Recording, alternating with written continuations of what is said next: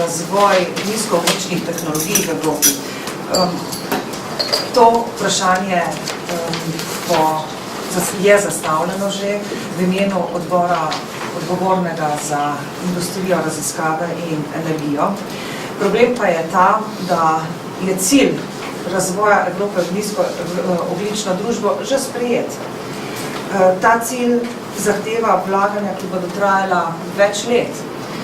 Mi imamo pa zaenkrat potrjeno finančno perspektivo samo do leta 2013. Potencialni investitorji pa seveda potrebujejo stabilnost. In to je problem, s katerim se moramo sedaj in čim prej ukvarjati. Naj omenim, da imamo zaenkrat na evropskem nivoju evropske industrijske iniciative, ki spodbujajo sodelovanje med raziskovalnim in industrijskim sektorjem na področju izrabe vetra, sonca, bioenergije, na področju razvoja električnih omrežij, potem zajemanja in shranjevanja ogljika, jedrske energije in gorivnih celic. Tu so vse ocenjena finančna sredstva, ki jih bomo potrebovali na teh področjih za naslednjih 10 let. Torej je treba, in ta sredstva so bistveno večja od tega, kar je predvideno za financiranje doslej. In zaradi tega pripravljamo tudi resolucijo, kjer se bo parlament opredelil do možnih novih finančnih virov glede tega vprašanja. Seveda, ostajata finančna vera 7. okvirni program in program za razvoj podjetništva. Poleg tega popravimo, da bomo morali najti še dodatni 2 milijardi evrov letno. Zdaj, kje so rezerve? Ena od rezerv je zagotovo od leta 2014 naprej sistem trgovanja z ogljikom. Menim, da bi bilo modro, da bi denar, ki ga bodo onesnaževalci plačali za onesnaževanje, namenimo za razvoj čistejših tehnologij in potem tudi njihovo implementacijo.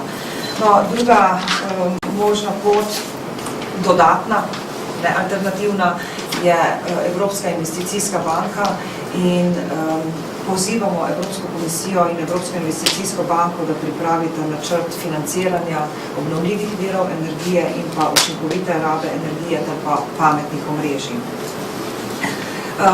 Tretji vir je Evropski tehnološki inštitut, ustanovljen v preteklem mandatu, zdaj bo začel z delom in ena od skupnosti znanja je namenjena trajnostni energiji in pa podnebnim spremembam.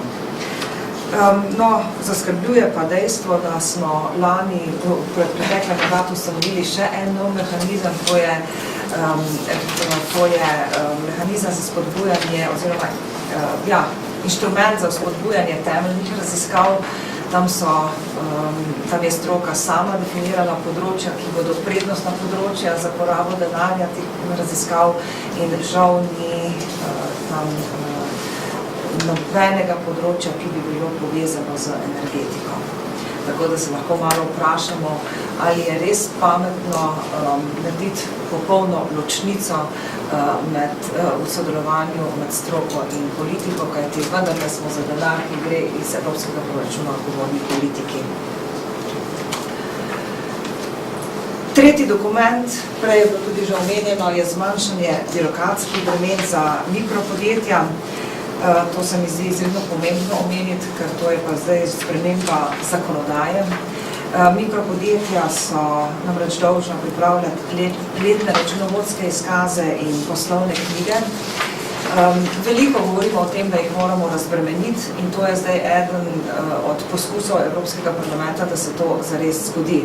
Predlagamo namreč, da ta podjetja ne bi več bila dolžna pripravljati letnih računovodskih izkazov, ampak bi samo vodila še poslovne knjige.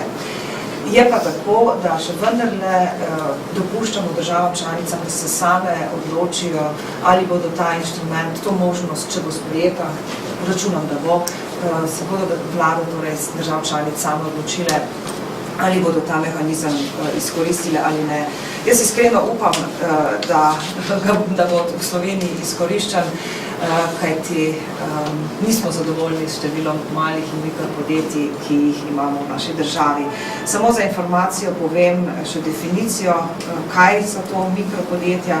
To so tista, ki ne presegajo bilančne vsote 500 000 evrov, čisti prihodki niso večji od 1 milijona evrov in povprečno število zaposlenih med poslovnim letom je do 10 oseb.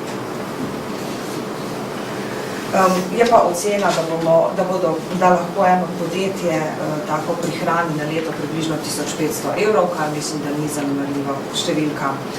Glede 8. marca bomo kasneje podali izjave, ne?